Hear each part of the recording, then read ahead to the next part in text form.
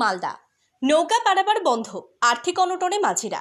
মালদার মানিকচকে নৌকা পারাপারে মিলছে না অনুমতি, কপালে চিন্তার ভাঁজ মাঝিদের। কোনো এক অজানা কারণে দীর্ঘদিন ধরেই মানিকচক ঘাট থেকে রাজমহল পর্যন্ত নৌকা পরিষেবা বন্ধ দাবি স্থানীয় মাঝিদের। কারণ জানতে প্রশাসনিক দরবারে বারবার আর্জি দিয়ে মিলছে না কোনো সুরাহা, ফলে আর্থিক ক্ষতির মুখে কয়েকশো মাঝি। কিভাবে দিন গুজরান হবে, কপালে চিন্তার ভাঁজ মাঝিদের। মালদা জেলার মানিকচক গঙ্গার ঘাট দুই রাজ্যের সন্ধিস্থল। বাংলা ও ঝাড়খণ্ড রাজ্যকে জুড়েছে গঙ্গা নদী, ফলে দুই রাজ্যের প্রতিদিনের যোগাযোগের মাধ্যম বলতে রয়েছে একটি লঞ্চ পরিষেবা, যা নির্ধারিত সময় মতো চলে। বাকি যাত্রীরা নৌকা পরিষেবা নিয়ে পারাপার করেন। তবে বর্তমানে মাঝিদের প্রশ্ন, কবে মিলবে নৌকা পারাপারের অনুমতি? অন্যদিকে মাঝিদের অভিযোগ, নৌকা পরিষেবা বন্ধ থাকার দরুন লঞ্চ পরিষেবায় নির্ধারিত ভাড়ার থেকে অনেক বেশি ভাড়া নেওয়া হচ্ছে যাত্রীদের কাছ থেকে। লঞ্চ পরিষেবায় যাত্রীরা কোনো কারণে সময় মতো লঞ্চ ধরতে না পারলে দীর্ঘক্ষণ অপেক্ষা করতে হচ্ছে, ফলে যাত্রীদের অসুবিধার সম্মুখীন হতে হচ্ছে। মাঝিদের দাবি শীঘ্রই পূরণ হোক এবং পুনরায় নৌকা পারাপার বহাল করুক প্রশাসন। এই আর্জি মাঝিদের মুখে এখন শুধু দেখার বিষয়, কবে চালু হচ্ছে মানিকচক ঝাড়খণ্ড ফেরিঘাটে নৌকা পারাপার।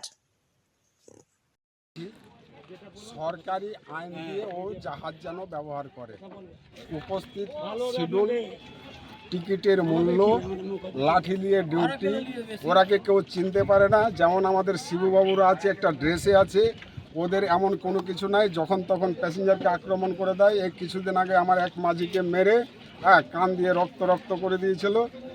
তবু আমরা নরম বলে, গরিব বলে কিছু করতে পারিনি।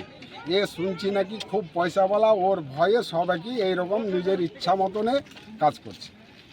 আজকে কি মূলত কি অভিযোগ, কি জন্য আজকে ডাকলাম যে আমরা তো পারছি না, আমরা সবাইকে অভিযোগ করলাম, থানা করলাম, ভিডিও করলাম, সবাইকে করলাম, এখন পর্যন্ত আমাদের কোনো সিদ্ধান্ত করে দেয়নি।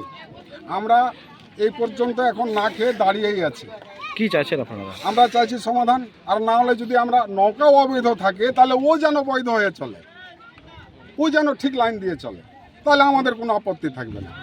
আর ওকে লিখে দিতে হবে যে নৌকা আমার ঘাটে কোনো দিনের জন্য চলবে না, যদি চলে তাহলে ও জবাব যেন দিয়ে যায়।